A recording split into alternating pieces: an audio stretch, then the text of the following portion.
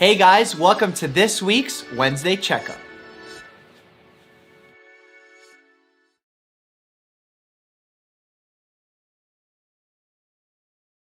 Is this making you uncomfortable? Let's talk about it.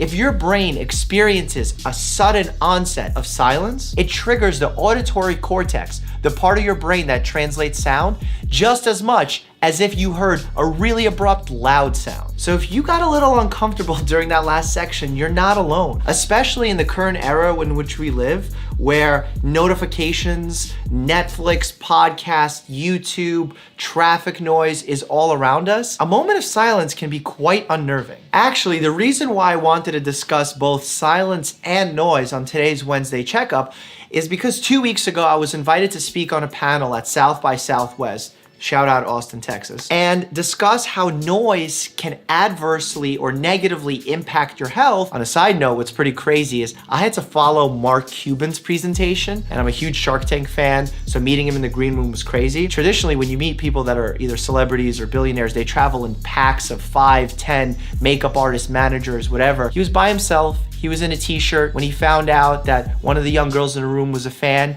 he invited her over, told her Shark Tank stories. Super nice guy. Mark Cuban, you're the man. All right, sorry, back to silence. I think the first thing that needs to be said here is that in this current day and age that we live in, despite the fact that we're hyper connected, I mean, everyone has a phone, everyone has social media, anyone can message pretty much anyone anywhere in the world, and yet we're still all really disconnected. And I think silence, or the lack of silence, plays a role there.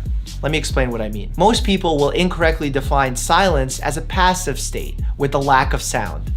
I don't think that's what it is. I think silence is an active state where you're interacting with both yourself and your environment. When you have some time away from noise, away from distractions, away from notifications, you're truly able to focus on what you've accomplished today. What mistakes have you made today? Where you can do better? In talking to a lot of my patients and discussing the topic of silence, what I've come to realize is that a lot of the discomfort that stems from silence is usually from the idea that people don't like to be left alone with their thoughts, that they have a lot of anxieties that start to seep in, their insecurities start showing to their own minds. But when they're constantly feeding their minds with dopamine hits and doing things and staying active, they're distracting themselves. So when you have a moment of silence, it suddenly brings all these things to your attention, and it can be quite distressing. I don't think that's reason enough to ignore silence. I think that should be even more of a reason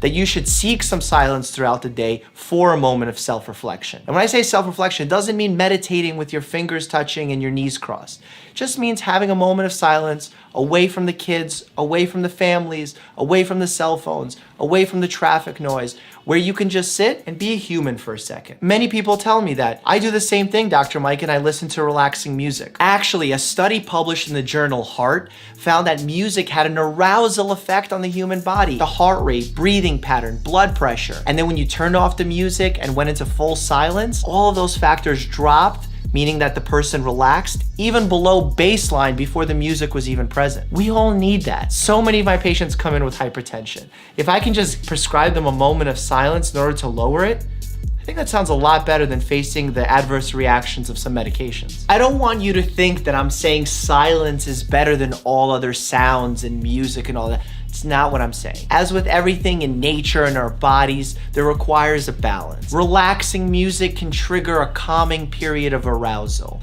Upbeat music can prepare us for a challenge and get us excited to meet new goals. When we have silence, it allows us time for reflection and growth. Balancing all of these things is extremely important in our everyday life. And when you swing in one direction too far, you're gonna have a problem. A study done in 2013 on silence received a lot of buzz and publicity because it showed that mice who experienced 2 hours of silence per day actually had a growth of nerve cells within the portion of the brain that's responsible for memory. Now, people got very excited about this because of the prevalence of conditions like dementia, Alzheimer's, Parkinson's, and they started to postulate that perhaps silence at one point can be a treatment for these conditions.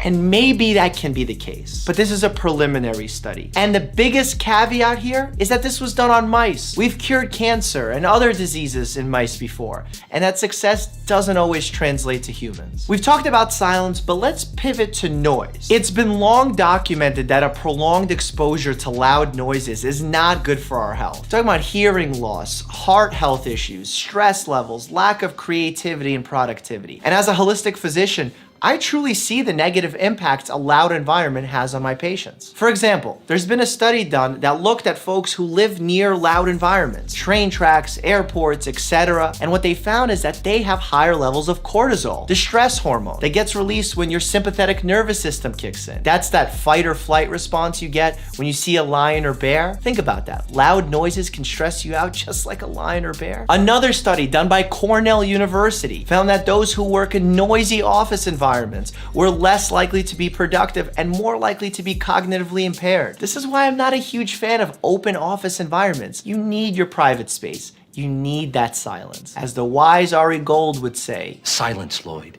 It's golden. We talked noise, we talked silence. Now let's talk mail time. Oh, before we start, I want to give a personal and huge thank you to my man Philip DeFranco for giving us not one, but 2 shout outs in his YouTube videos. I grew up watching him. He's a YouTuber that I really admire.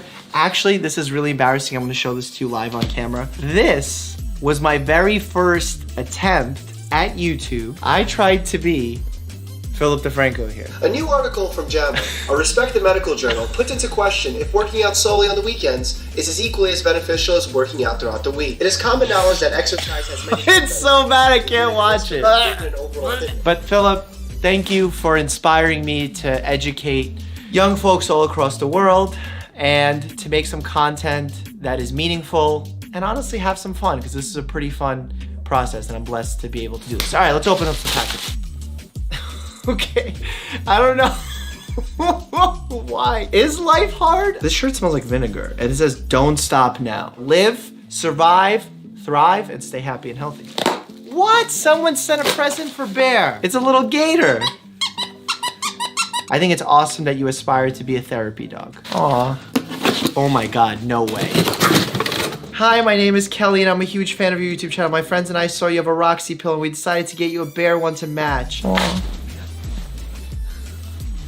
Visiting your Facebook page occasionally, I see that you like being a man of style. A top hat. What's up? How you doing? How you doing?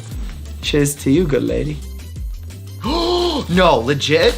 No, legit. If these fit right now, I'm gonna be grateful. Cause this, I've been wanting gloves like this for a while. Yo, Sherry Williams, I can dig these. And if you don't think I look good in this hat, probably neither do I, but I still appreciate the gesture.